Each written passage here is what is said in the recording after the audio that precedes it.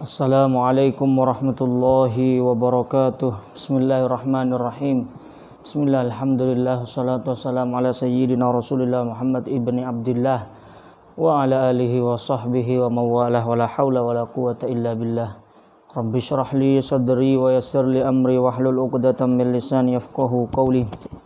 Nawaina ta'alluma wa ta'lim wa tazakkura wa tazkir wa naf'a wal intifa' wal ifadah wal istifada wal hasa ala tamassuki bi kitabillah wa sunnati rasulih wa du'a ila al huda wa dalalata ala al khair ibtigha'a mardatihi wa qurbihi wa thawabihi subhanahu wa ta'ala.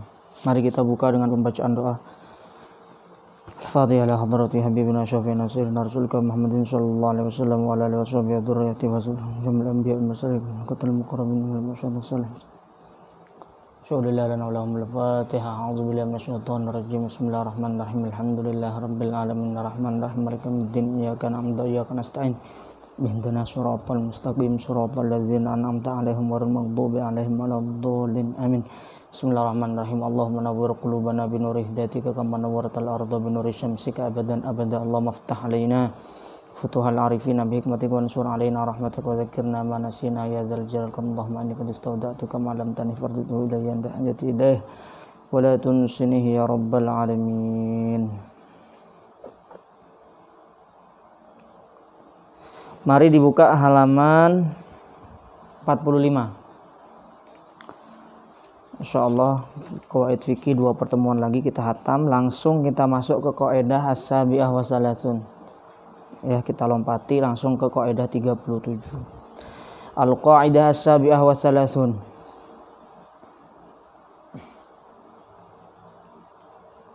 Al-khairul muta'addi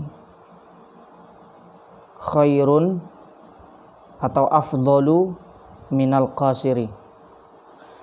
Al-khairu al-muta'addi. Al-khairu utawi kebaikan al-muta'addi yang sifatnya umum, yang sifatnya meluas. Itu afdalu, lebih utama minal qasiri, daripada kebaikan yang sifatnya terbatas. Kaidah ini ingin mengatakan bahwa ada di antara amalan-amalan seorang hamba, yaitu kebaikan di mana kebaikan itu sifatnya muta'addi. Muta'addi itu kalau kita dalam istilah ilmu nahwu itu kan ada fi'il lazim, ada fi'il muta'addi. Fi'il lazim itu yang tidak memiliki maf'ul. Qama zaidun, itu namanya fi'il lazim, tidak butuh pada maf'ul. Kalau fi'il yang muta'addi itu gimana?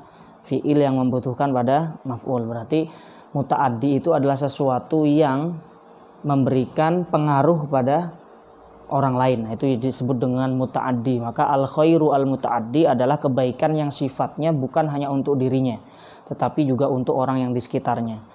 Kebaikan yang model seperti ini menurut kaidah ini lebih afdol daripada al-qasir. Al-qasir itu adalah kebaikan yang sifatnya individual. Kemanfaatan dari kebaikan itu terbatas pada pelaku kebaikan itu sendiri. Maka kemudian ada istilah dari Kiai Haji Mustafa Bisri Gusmus, ada kesalehan sosial, ada kesalehan ritual. Nah, itu al-muta'addi itu kesalehan yang kemanfaatannya dirasakan secara sosial. Ada kesalehan ritual, kemanfaatan yang hubungan person seorang hamba dengan Tuhannya. Maka bagaimana contohnya? Misalnya minha, di antara penerapan dari kaidah ini adalah ta'limul ilmi afdhalu min sholatin nafli. Ta'limul ilmi, mengajarkan ilmu, utawi mengajarkan ilmu itu afdhalu, lebih utama nilainya, lebih utama pahalanya, lebih utama keutamaannya min sholatin nafli, daripada melaksanakan ibadah sholat sunnah, ya. Artinya kalau kita dalam posisi penuntut ilmu, bukan berarti nggak boleh sholat sunnah. Silahkan sholat sunnah ba'diyah maghrib, qobliyah subuh. Tapi ingat, ada juga satu bentuk ibadah yang lebih afdol dilakukan kalau mau dibandingkan, ya. Kalau tidak dipertentangkan, maksudnya ingin dibandingkan, yaitu adalah ketika kita belajar. menuntut ilmu. Kenapa? Sebab yang namanya ilmu itu ketika dia menjadi ilmu yang bermanfaat, nanti kemanfaatannya bukan hanya dirasakan oleh kita, tetapi juga dirasakan oleh orang lain. Ta'limul ilmi afdalu min sholatin nafli. Makanya beberapa kiai menganjurkan kalau memang ada santri yang kerjanya tirakat puasa sunnah, kok gara-gara puasa itu dia jadi malas menuntut ilmu, lebih baik nggak puasa, menjalankan tirakat puasa sunnah, puasa Daud atau puasa Senin Kamis. Gara-gara menjalankan puasa sunnah lemes ketika di kelas tidur, guru nerangin ngiler. Nah, ini gimana nih? Meninggalkan sesuatu yang wajib yaitu mencari ilmu dan mendahulukan sesuatu yang sifatnya sunnah, padahal mencari ilmu itu sifatnya muta'addi, kebaikan yang sifatnya sosial, kebaikan yang kemanfaatannya itu bukan hanya terbatas pada dirinya, malah ditinggalkan hanya gara-gara ingin mengerjakan ibadah sunnah. Tapi kalau bisa bagus, kalau bisa diimbangkan kedua-duanya bagus. Ya, ini contoh yang pertama, ta'limul ilmi afdalu min sholati nafli. Makanya santri-santri di pesantren-pesantren di Jawa itu kalau diskusi fikih nggak usah heran, mereka melakukan musyawarah kitab kuning, musyawarah bahsul masail, kadang nggak terasa sampai azan subuh, ya, sampai azan subuh baru terasa, wah sudah subuh aja karena saking nikmatnya, ya, waduh kan nggak tahajud tuh. Ta'limul ilmi afdalu min sholatin nafli. Ganjaran atau keutamaan mubahasah ilmiah, membahas permasalahan keilmuan apalagi ilmu syariat, nilai ganjarannya jauh lebih afdal daripada sholatun nafil, sholat sunnah. Minha lil qaim bi fardil kifayah maziyatun. Lil qaimi itu untuk orang yang melakukan bi fardil kifayati kelawan fardu kifayah, maziyatun utawi keutamaan, alal aini ing atase orang yang melakukan fardu ain. Kenapa? Di anahu krono al qaim bi fardil kifayah iku asqata, menggugurkan sopo al qaim bi fardil kifayah al haraja ing beban anil ummati saking umat. Sekarang bagaimana kalau dibandingkan antara sholat, ini perbandingan jenis ya, mana yang lebih utama antara fardu kifayah apa fardu ain? Ini terjadi khilaf di antara ulama. Ada yang mengatakan fardu ain karena memang kewajiban itu mengikat setiap individu. Ada yang mengatakan fardu kifayah itu secara kalau dibandingkan jenisnya itu lebih afdol daripada fardu ain. Kenapa? Sebab yang namanya fardu kifayah itu adalah kewajiban yang diwajibkan bagi umat Islam, yang ketika satu saja telah melaksanakannya maka ia menggugurkan kewajiban dari umat Islam yang lain. Contohnya seperti mengurus jenazah. Ada tetanggamu meninggal dunia, wajib harus ada yang memandikan, menyolati, mengkafani hingga menguburkan. Itu hukumnya apa fardu ain. Setiap orang di kampung itu wajib? Tidak, sifatnya fardu kifayah. Kalau ada satu orang saja sudah melakukan maka kewajiban sudah gugur dari yang lain. Tetapi kalau satu pun tidak ada yang melaksanakan maka satu kampung terkena dosa semua. Oleh karena itu menurut kaidah ini orang yang melakukan amalan fardu kifayah seperti mengurus jenazah misalnya, itu sangat afdol, lebih afdol daripada fardu ain. Kenapa? Sebab pelaksanaan fardu kifayah itu bermanfaat bagi orang yang lain. Kenapa? Karena mengangkat dosa dari mereka. Asqatal haraj anil ummah, diangkat beban yang aslinya semua terkena dosa karena nggak melakukan, tapi karena ada satu aja yang melakukan maka yang lainnya tidak terkena dosa. Sudah cukup untuk menggugurkan kewajiban yang lain. Makanya dikatakan lebih afdol. Masih berkaitan dengan kaidah al khairul muta'addi khairun atau afdol minal qasir, begitu ya.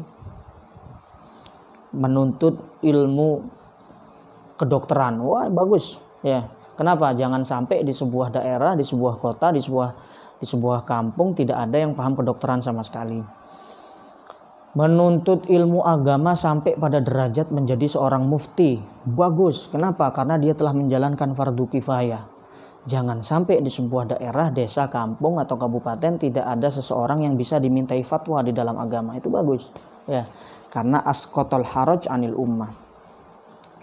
Minha ma nazzamahu Suyuti radhiyallahu anhu. Nah, ini adalah nazaman yang digubah oleh Imam Suyuti, di mana beliau mengumpulkan bahwa masih berkaitan dengan kaidah di atas, kebaikan yang sifatnya kekal abadi atau sifatnya umum itu lebih bagus daripada kebaikan yang sifatnya individu.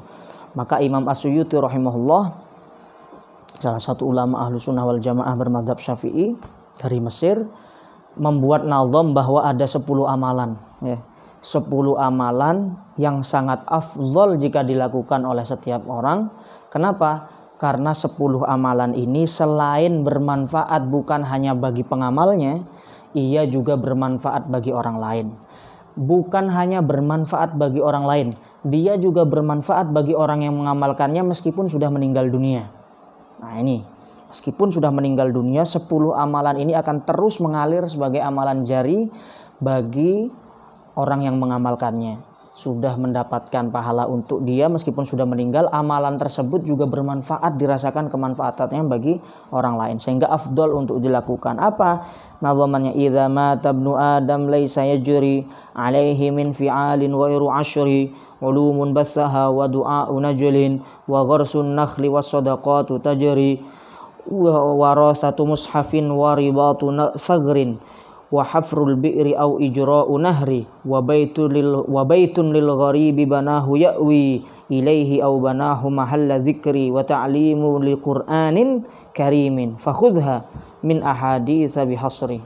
Kata Imam As-Suyuti, idza mata ibnu adam, apabila telah meninggal dunia sapa ibnu adam, anak cucu Adam yaitu manusia, maka laisa yajri, tidak ada yajri yang mengalir alaihi untuknya yaitu ibnu adam, min fi'alin dari beberapa amalan-amalan, ghairu asyri selain yang jumlahnya 10, ya.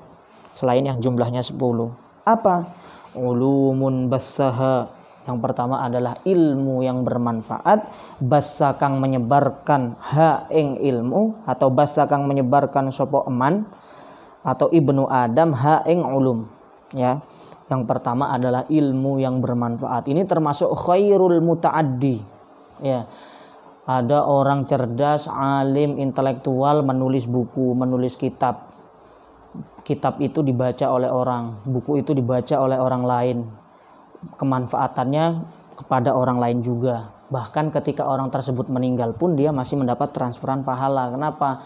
Karena ilmunya bermanfaat dan masih diamalkan oleh orang banyak. Ya, itulah yang dilakukan oleh para ulama kita. Ya, dilakukan oleh para ulama kita. Imam Nawawi rahimahullah mengarang kitab Riyadhus Shalihin, mengarang kitab Al-Majmu' Syarhul Muhadzab. Umur beliau hanya 45 tahun, ya. Usia beliau di dunia hanya 45 tahun. Tetapi apa yang dihasilkan? Bahkan nggak sempat menikah, ya. Beliau wafat belum sempat menikah. Apa yang dihasilkan? Meskipun tidak punya keturunan secara biologis, tetapi karya-karya yang dihasilkan luar biasa. Syarah Sahih Muslim 15 jilid, Majmu' Syarhul Muhadzab 23 jilid, kitab Riyadhus Shalihin, kitab Arba'in Nawawi, dan lain sebagainya. Yang hingga saat ini dari berabad-abad beliau sudah wafat, meninggalkan kita, tapi masih dirasakan kemanfaatannya. Sehingga apa? Yajri alaih, pahala amalan dari kebaikan itu berjalan terus kepada pemiliknya. Kenapa? Karena al khairul muta'addi, kemanfaatan itu juga dirasakan oleh orang lain. Itu yang pertama, ilmu yang bermanfaat. Profesor Insinyur B.J. Habibie misalnya, sebagai seorang cendekiawan yang menemukan teori crack, ya, teori retakan dalam pesawat, yang sehingga teorinya itu digunakan hingga saat ini oleh maskapai penerbangan di dalam membentuk suatu kerangka atau struktur pesawat agar mengurangi resiko kecelakaan. Itu menggunakan apa? Menggunakan teori crack yang dicetuskan oleh cendekiawan dari Indonesia, itu Profesor B.J. Habibie. Maka hingga saat ini, meskipun B.J. Habibie sudah almarhum, dimakamkan di makam pahlawan Kalibata, kebaikan itu terus mengalir. Kenapa? Karena selagi teori itu digunakan untuk di maskapai penerbangan untuk menyelamatkan miliaran manusia yang berterbangan dari satu tempat ke tempat yang lain, maka beliau rahimahullah mendapatkan pahala dari kebaikan tersebut. Terus mengalir, al khairul muta'addi. Yang kedua, setelah ilmu bermanfaat apa? Wa du'a'u najlin, doa anak. Ya, doa anak. Idza mata ibnu adam in qata'a amaluhu illa min thalas. Yang pertama, salah satunya adalah ilmun yuntafa'un bih, ilmu yang bisa dimanfaatkan, kemudian shadaqatun jariyah, dan yang terakhir apa? Waladun soleh yad'ulah, anak yang soleh yang mendoakan kepada orang tuanya. Jadi jangan meremehkan kekuatan sebuah doa ya. Orang tua kita yang sudah tiada, nenek moyang kita yang sudah tiada di alam dunia dan sudah berpindah ke alam barzakh, mereka tidak mengharapkan apa-apa dari anak cucunya. Mereka hanya mengharapkan satu, doa unajlin, doa dari anak-anak mereka ya. Nggak ada yang diharapkan kecuali doa-doa kebaikan. Makanya jangan sampai ketika ada seorang yang datang ke Imam Hasan Al-Basri, wahai Imam Hasan Al-Basri, apakah aku ini orang yang soleh? Apakah aku ini orang yang soleh? Kata Imam Hasan Al-Basri, tanyakan dirimu sendiri, apakah dalam setiap doamu kau sempat lupa untuk mendoakan kedua orang tuamu? Kalau kau sering lupa mendoakan kedua orang tuamu, maka kau belum dikatakan anak yang soleh. Kenapa? Sebab di dalam hadis baginda Nabi mengatakan waladun solih yad'ulah. Sifat solih dari walad itu waladun solihun, sama Nabi diikat dengan sifat lainnya, yaitu yad'ulah, yang senantiasa mendoakan kepada orang tuanya. Maka persyaratan orang disebut dengan walad soleh atau anak yang soleh adalah yang senantiasa mendoakan orang tuanya. Wa du'a unajlin, doa anak selalu mengalir. Setiap sholat kirim Al-Fatihah kepada orang tua, ajdadina wa jaddatina wa abaina wa ummahatina Al-Fatihah. Jangan dikira nggak nyampe kemanfaatan itu, nyampe doa unajlin ya, karena termasuk dari doa dari anak-anak. Yang ketiga, wa gharsun nakhli, menanam pohon kurma.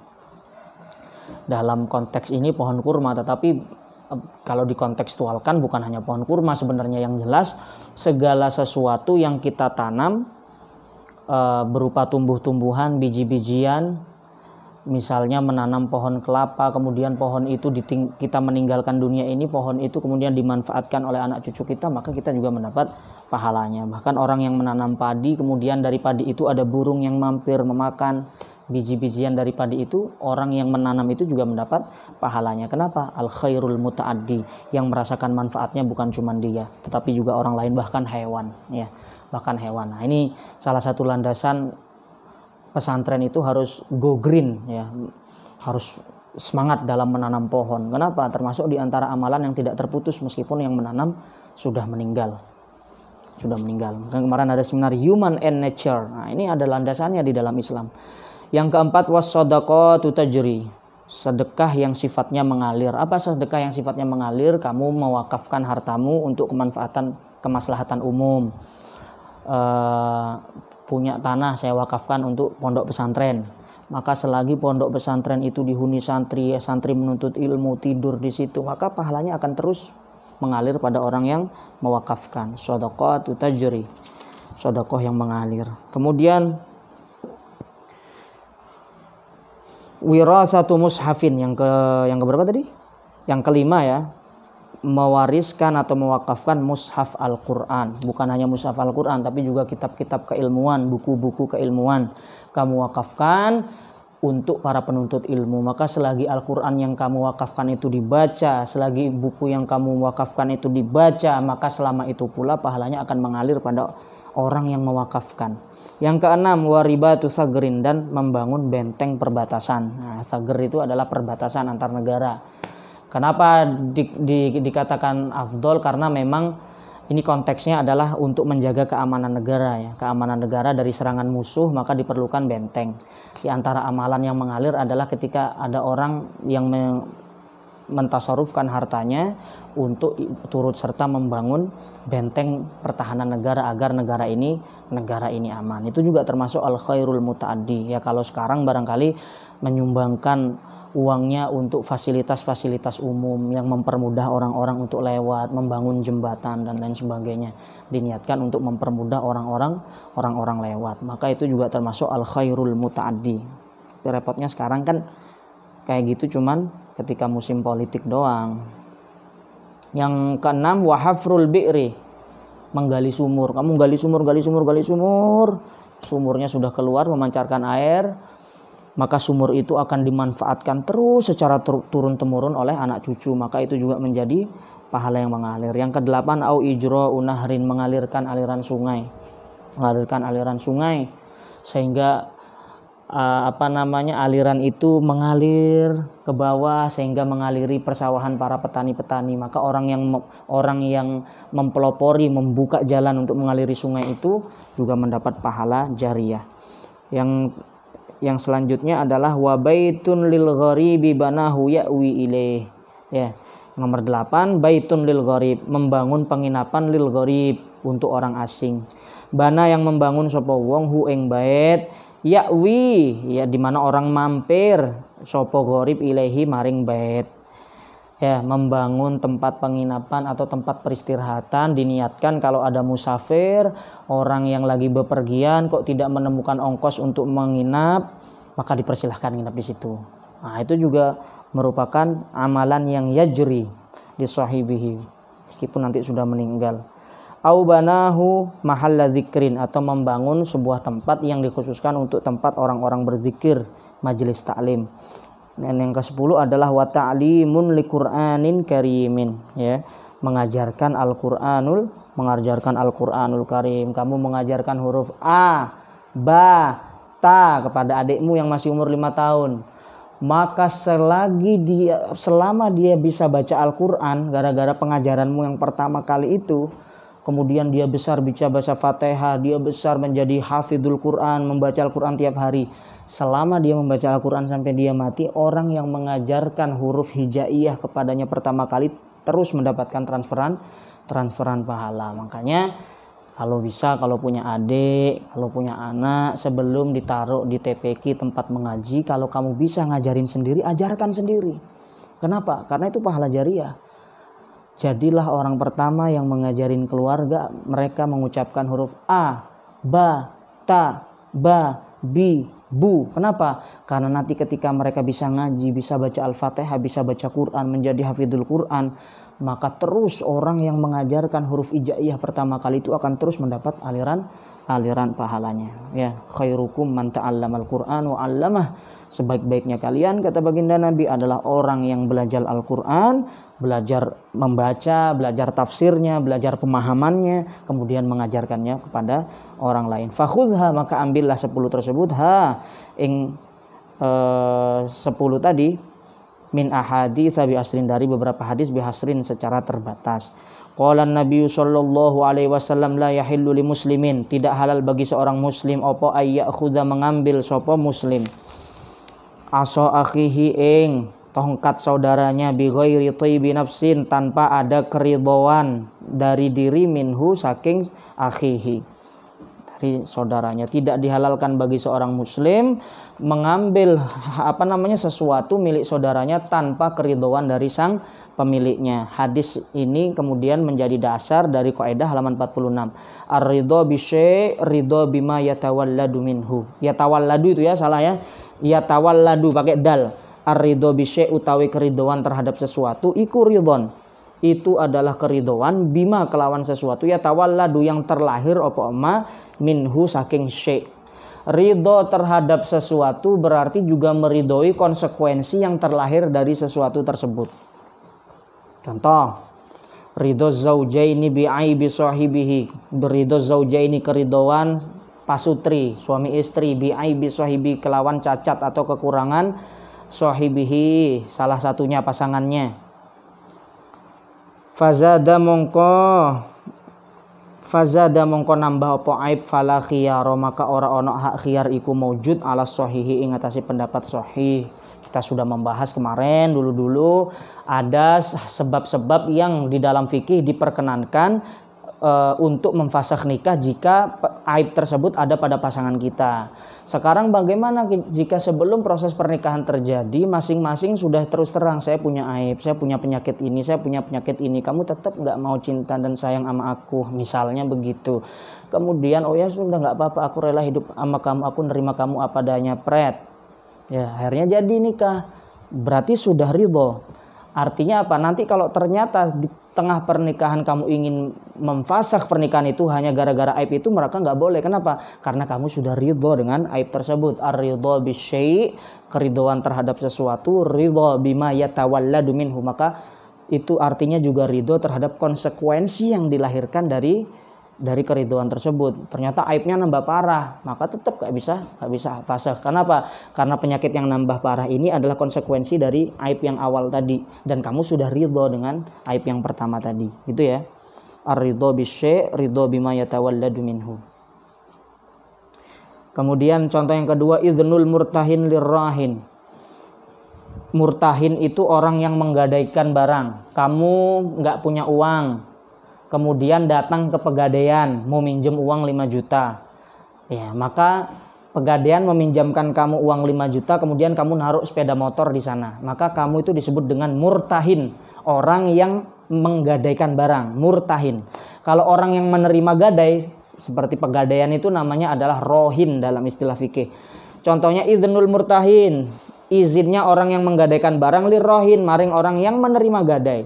Fi darbil abdi, fi darbil abdil marhuni, di dalam memukul budak atau hamba sahaya yang almarhuni yang digadaikan. Fahalaka mongko binasa sopo al abdul marhun fid darbi, kelawan sebab pemukulan tersebut. Maka konsekuensinya bagaimana? Fala dhamana, maka tidak ada dhaman ganti rugi, iku wajib. Kenapa? Li'annahu, karena sesungguhnya halakul abad iku tawallada, terlahir min ma'zunin, dari sesuatu yang diizinkan fihi. Berarti contohnya begini, kamu menggadaikan, jangan budak lah, ini contohnya budak sudah nggak relevan. Menggadaikan benda, menggadaikan laptop misalnya. Laptop digadaikan, saya minjem dong uang 3 juta, nih laptop saya gadein, nanti kalau saya sudah lunas, laptop saya kembaliin. Atau kalau memang saya nggak mampu lunasin, jual laptop saya. Kemudian kamu ngizinin, selama proses pegadaian pakai aja tuh laptop, saya izinin kok, diizinin beneran. Sama orang yang nerima gadai, laptop itu dipakai main PS dan lain sebagainya. Ternyata layarnya rusak, apakah wajib ganti rugi? Ternyata tidak. Kenapa? Karena kamu mengizinkan. Loh, saya kan cuma mengizinkan menggunakan saja, tapi nggak sampai berlebihan kayak gitu. Ar-ridho bisyai', ridho bima yatawalladu minhu. Ketika ridho terhadap sesuatu, berarti juga kamu telah ridho terhadap konsekuensi yang ditimbulkan dari sesuatu tersebut. Contoh yang ketiga kita lanjutkan besok. Al-Fatihah. A'udzubillahi minasyaitonirrajim. Bismillahirrahmanirrahim. Alhamdulillahirabbil alamin. Rahmanir rahim, maliki yaumiddin. Iyyaka na'budu wa iyyaka nasta'in. Ihdinas siratal mustaqim, siratal ladzina an'amta 'alaihim ghairil maghdubi 'alaihim waladdallin. Amin. Bismillahirrahmanirrahim. Allahumma rabbi fanfa'na bi barakatihim wahdinal husna bi hurmatihim wa amisna fi tariqatihim wa mu'afatihim minal fitan ya Rasulullah. Salamun alayka ya rafi'a syani wad darajat fatayya jiratal alami wa ahlal judi wal karami. Allahumma fiqil aqwamit tariq. Wassalamualaikum warahmatullahi wabarakatuh.